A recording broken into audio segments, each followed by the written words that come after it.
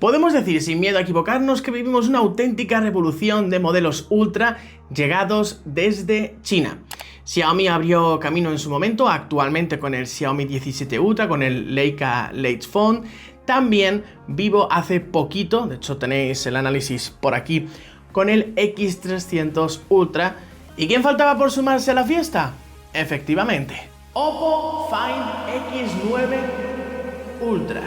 Una absoluta barbaridad de teléfono, casi perfecto, con algún que otro detalle que no me ha gustado, pero en general con una serie de características y especificaciones que te van a hacer explotar el coco. Te lo cuento todo después de la intro.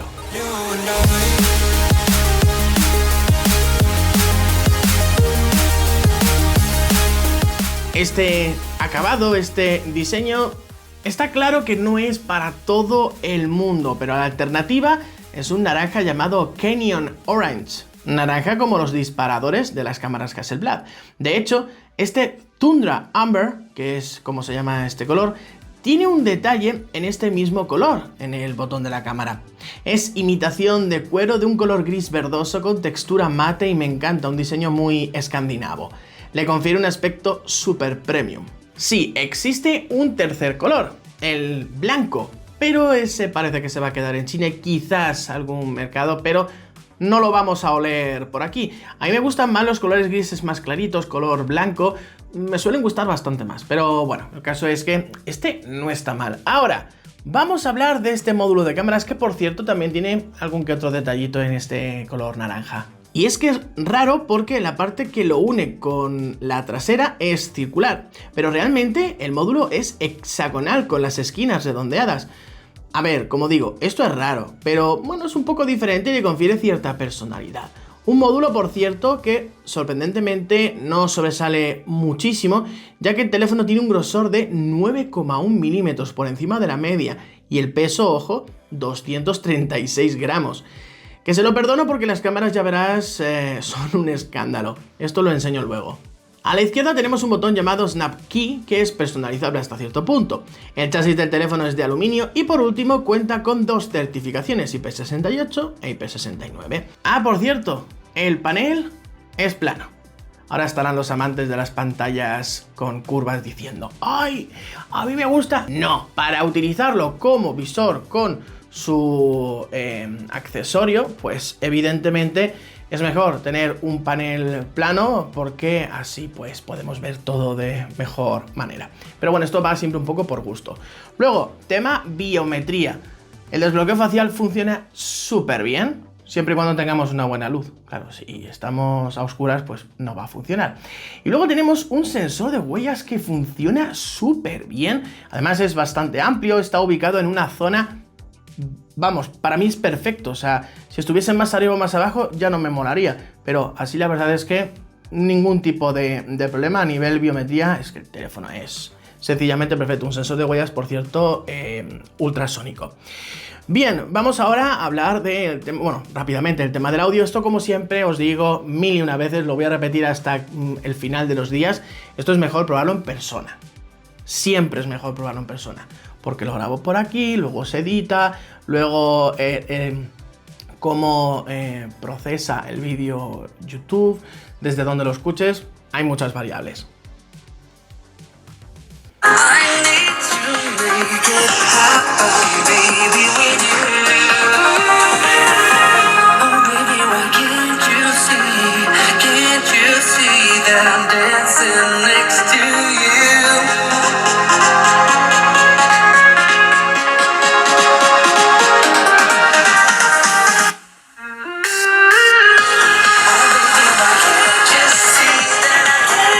Casi se me cae. A ver, el volumen no es de los más altos, aunque para mí es suficientemente alto, pero se escucha muy, pero que muy bien. De hecho, me ha encantado muchísimo este apartado. Así que, genial. Ahora, vamos a hablar del hardware. Y es que aquí hay cositas, vamos a decir. Como pasa con el smartphone Ultra de Vivo, también tenemos aquí lo mejor de Snapdragon. Es decir, en los modelos Pro hemos visto el mejor chip de MediaTek, pero en los modelos Ultra tenemos Snapdragon 8 Elite Gen 5.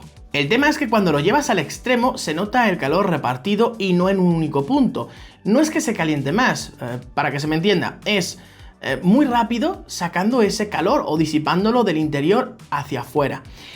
Y esto, como digo, no es malo, esto no es evidente todo el rato, esto no me ha supuesto problema alguno, ni muchísimo menos. También habrá ayudado que nos hemos metido ya en 30 grados. Y estar también todo el día con la cámara arriba, cámara abajo, el calor mejor fuera que dentro.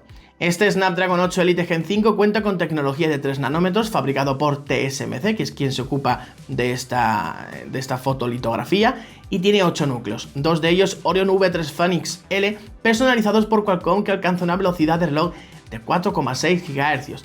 La GPU, el procesador gráfico, es una Adreno 840 capaz de alcanzar 1.2 GHz. Lo que no me ha gustado es el tema de las memorias. Y dirás, José, ¿pero tiene memorias de última generación? Sí, tenemos RAM LPDDR5X, almacenamiento UFS 4.1, todo ok con eso. Además, entiendo que actualmente hay un problema bastante grave con la disponibilidad de memorias y poner más supondría ser más caro, como ha pasado con el Vivo X300 Ultra. Bueno, el caso es que tenemos 12 GB de memoria RAM y no 16, además de 512 GB de almacenamiento y no 1 TB. ¿Esto me ha supuesto un problema? Pues no, la verdad es que no, porque siendo claros y, como siempre, sinceros, funciona de fábula. Con eso no hay ningún problema, pero es que aquí viene lo curioso, el modelo Pro en España se vende con 16 GB de memoria RAM, o sea, tiene más RAM el Pro que el Ultra. ¿Entendéis lo extraño que es esto? De cara a tus clientes es más que evidente que estás ofreciendo algo un poquito por debajo de lo esperado, aunque quizás esté más optimizado. Y sí, existe una versión 16 más 1 TB de almacenamiento, pero no en España y creo que la mayoría de mercados tampoco. Bueno, como has estado viendo, mueve todo que da gusto, rápido, eficiente, puede con absolutamente todo lo que le eches. El rendimiento de este teléfono es una barbaridad. De hecho, permite incluso grabar la resolución completa de la pantalla en 2K a 60 Hz, que es lo que estás viendo, cosa que no todos los teléfonos en la gama más premium permite, ¿eh? Pero bueno, quizás por eso también se vean esas grabaciones de pantalla increíbles. Tenemos Wi-Fi 7, USB 3.2, 5G, Bluetooth 5.4, también tenemos la capacidad de incluir, a ver, es un teléfono de gama muy alta, raro sería que no tuviese eSIM, esa SIM embebida, por tanto, bueno, a nivel conectividad, ningún tipo de problema. De hecho, estos días he utilizado muchísimo Google Maps, ahora os explicaré el porqué en el apartado de la fotografía, y ha funcionado genial. También con las llamadas se escucha muy bien. Y bueno, vamos ahora con el apartado más, vamos a decir, importante, porque realmente al final las marcas le están dando una importancia a la fotografía hasta el punto de, como veis, lanzar, como os digo, esto, de lanzar estos kits. Entonces, bueno, pues sí, es el punto más importante.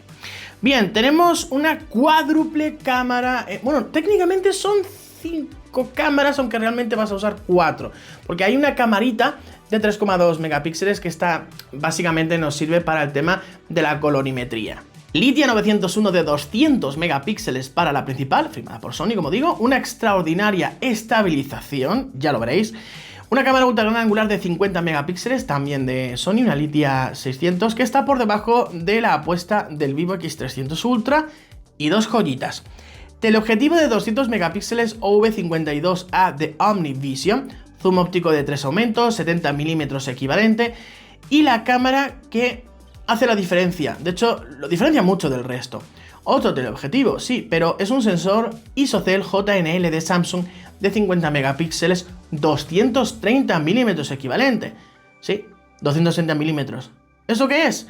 Zoom óptico de 10 aumentos. Esto le aporta una versatilidad que hoy en día nadie tiene. El último creo que fue el Galaxy S23 Ultra, pero el sensor era de 1/3.52 pulgadas y este es de 1/2.75 pulgadas.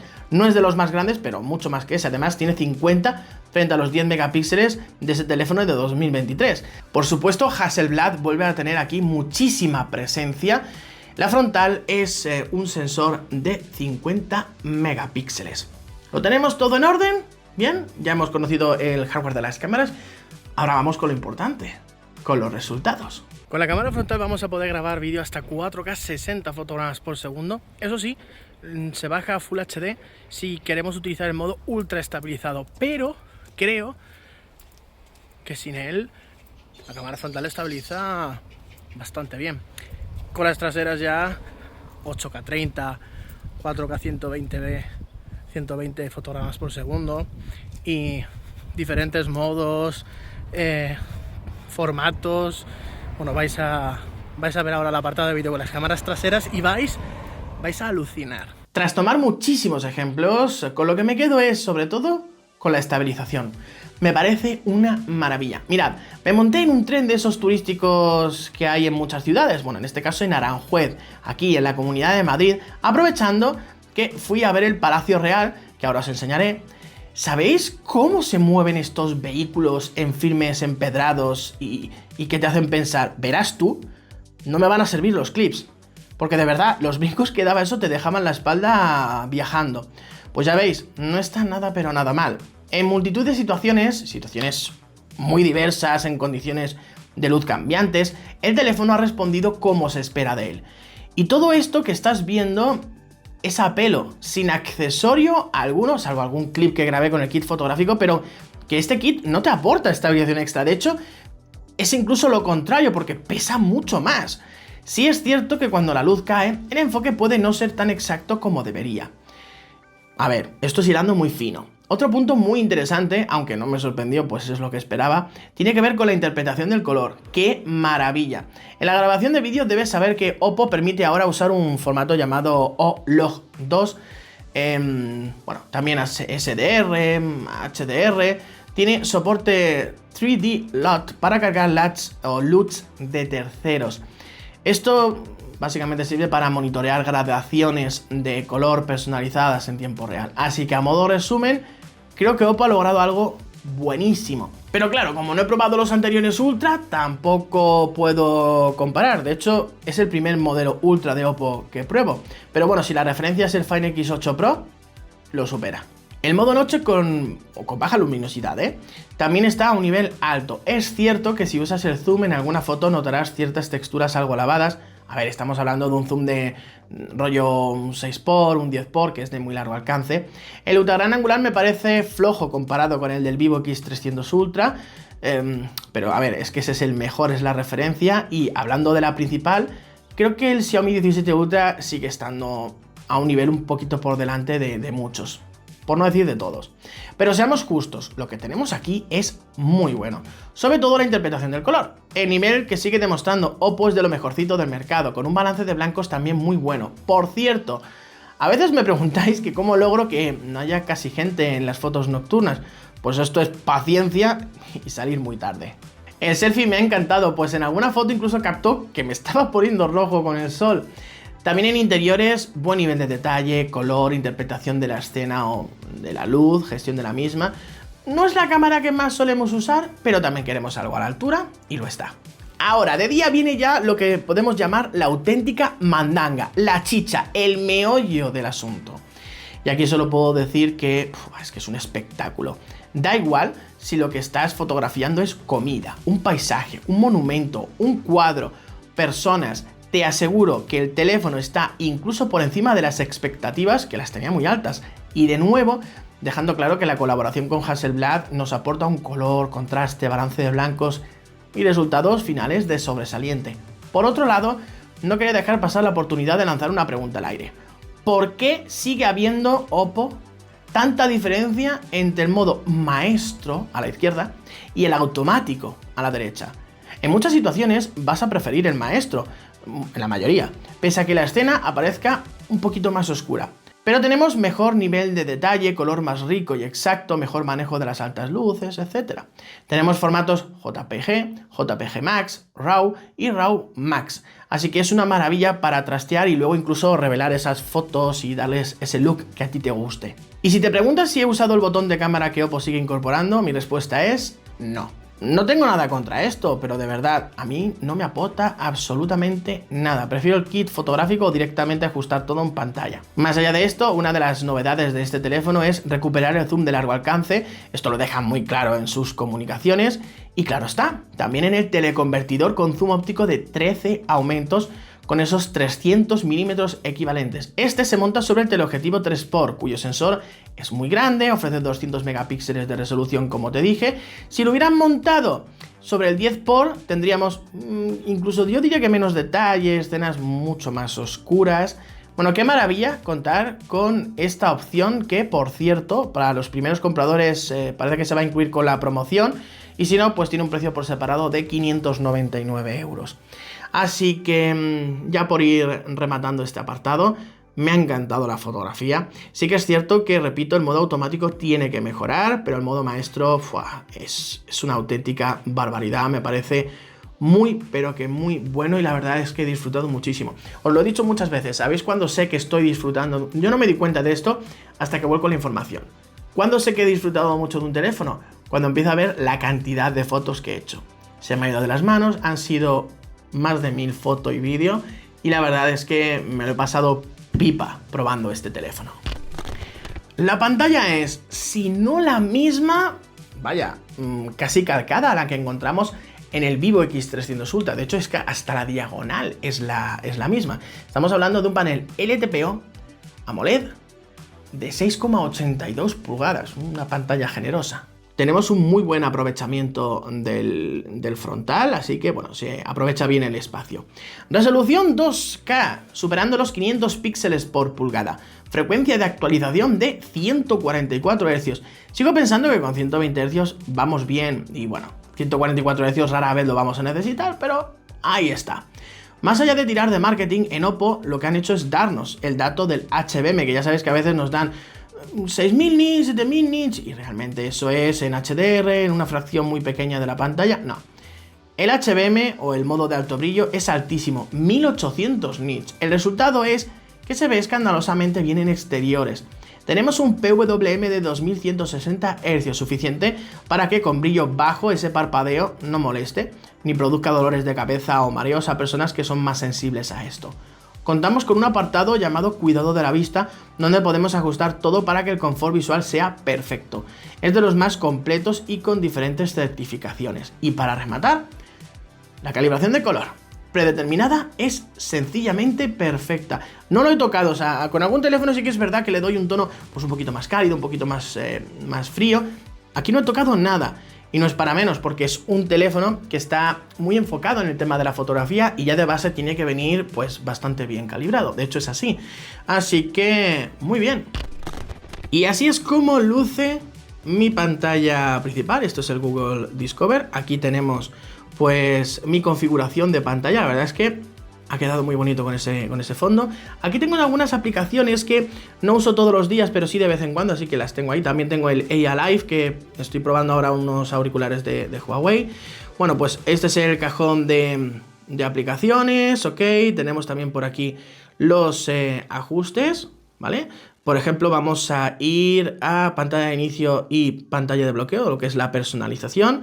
Como veis, tenemos una personalización muy pero que muy amplia. Podemos modificar, bueno, de hecho esto, si probáis un Realme o si probáis un OnePlus, vais a ver que es exactamente lo mismo. También desde aquí podemos aplicar diferentes packs de iconos, podemos darle un toque más como si fuese un tono del fondo de pantalla, podemos, como veis, pues modificar lo que nos dé la gana. Lo que os decía del tema de la pantalla, esto aparece aquí, cuidado de la vista, y como veis tenemos algo bastante personalizable. Más cositas por aquí, el Snap Key que os comentaba. Yo al final lo que hago es usarlo simplemente para el tema del sonido y la vibración. Ya está, podemos aquí poner en modo no molestar y bueno, diferentes modos, pero molaría que nos permitiera poner alguna aplicación de terceros. O sea, esto estaría bastante chulo. También tenemos aquí el tema del Oppo AI. No es quizás tan completo como, o al menos en este ajuste, porque luego sí que es verdad que hay cosas que aquí no aparecen, que sí que existen a nivel de inteligencia artificial. Una cosa que me ha llamado la atención y no para bien es el tema de... No, esto no es. De la traducción con IA, porque si os fijáis, y vamos a ver los paquetes sin conexión, solo nos aparecen estos. De hecho, no sé por qué aparece esto así. Ahora se estará actualizando. Bueno, no nos aparece nada de español, o sea que no podremos descargar ese paquete para tenerlo ahí descargadito. Bueno, pues, no sé, una curiosidad. Luego tenemos el escritor de IA, que esto aparece en el teclado, y seguro que esto ya lo conoceréis porque lo tienen muchos teléfonos, como por ejemplo Samsung o los Xiaomi. Aquí tenemos la información del dispositivo, que por cierto, ahora no hay ninguna actualización disponible, pero el teléfono se ha actualizado no una, no dos, sino hasta en 3 ocasiones, lo cual me ha llamado bastante la atención. Y bueno, luego la apertura de las aplicaciones. Bueno, de hecho, vamos a cerrar absolutamente todo. Vamos a cerrar esto también, para que veáis cómo abre las aplicaciones y cómo carga todo. ¿Veis? Va súper, pero súper rápido. Carga todo realmente bien, no hay ningún tipo de problema con fluidez o cosas así. Y la verdad es que yo estoy muy, pero que muy satisfecho con el rendimiento y con el funcionamiento del teléfono. Como habéis visto ahora al mostraros el software, no me queda mucha batería, pero estoy bastante tranquilo, porque ese ahora mismo 21% me va a durar bastante. Es más, como veía que duraba tan bien la batería, ahora os pongo algunas capturas. Hice una especie de experimento, una cosa que, a ver, no es normal en mi día a día, porque yo normalmente, al menos una vez al día, el teléfono lo conecto a la Wi-Fi, ¿no? Vale, pero en esta ocasión lo que hice fue, mientras dure este ciclo de carga, no lo voy a conectar a la Wi-Fi, va a estar todo el rato conectado a datos móviles, al 4G, 5G, lo que toque. Además, ese día fue el del Palacio Real, por lo que usé más de 1 hora y media Google Maps, todo el rato el brillo al máximo y muchísima cámara, redes sociales y unas cuantas llamadas telefónicas. El resultado, un día de uso completo, sin problema alguno. Es más, cuando cayó por debajo del 50%, yo seguía tranquilo, porque no iba a haber problema. Así que en días más normales, porque no es lo habitual, la carga puede dar incluso para 2 jornadas. Y en horas de pantalla, que Oppo sigue mostrando por 24 horas y no por ciclo de carga, mal ahí, se alcanzan las 13-14 horas de pantalla activa. Y eso que la batería es inferior a la del modelo Pro, porque aquí no tenemos 7500, sino 7050 mAh con carga rápida de 100 vatios y con carga inalámbrica de 50 vatios. La batería de este teléfono es, y sobre todo la optimización, porque la cifra es muy alta, pero la optimización también hace lo suyo, ¿no? Increíble. Sabíamos que iba a ser un teléfono caro, sobre todo teniendo la referencia del Oppo Find X9 Pro. También teniendo un poco la referencia del Vivo X300 Ultra. No es tan caro como ese teléfono, pero es un teléfono sin descuentos caro. 1.699 euros. Cuando digo sin descuentos es sin descuentos, sin absolutamente nada. Ahora, evidentemente se puede comprar más barato. De hecho, hay 100 euritos de descuento. Si lo compras antes de su lanzamiento, pues tienes algún que otro regalo. Va a depender del territorio, de la disponibilidad, porque el tema de la funda me parece que es para todo el mundo. Luego hay disponibilidad limitada para algunos de los regalos que puedes escoger, que son bastantes. Bueno, en regalo fijo es la funda magnética, que por cierto en la caja no viene funda, y 3 meses de Google AI Pro. Luego el regalo opcional, esto es, tienes que elegirlo, pues tenemos desde el kit de imagen, que lo escogerá mucha gente, pero también está por ahí una Oppo Pad 5, una tablet, o quizás un reloj, o los auriculares. El cargador, como ya sabéis, tampoco viene en la caja. Bueno, pues esto, como digo, va a depender mucho del país. Hay países en los que te van a incluir el cargador, hay países en los que no. Y por cierto, también aparte de la Unión Europea, se va a vender también en México. De hecho, creo que hicieron un evento ahí para creadores de contenido y tal. Así que, bueno, es un teléfono muy caro, es un teléfono que con una bajada de precio dentro de unos meses, pues será un teléfono todavía más atractivo, y que el único pero, por ponerle algo, es que creo que debería haber venido con un poquito más de memorias, pero repito que en mi uso, perfecto, sin ningún tipo de problema. Espero que os haya gustado el vídeo, las fotos, los vídeos, absolutamente todo, y si es así, que le deis al like. Tenéis enlaces de compra y más información en la descripción, y nos vemos en próximos vídeos. Chao.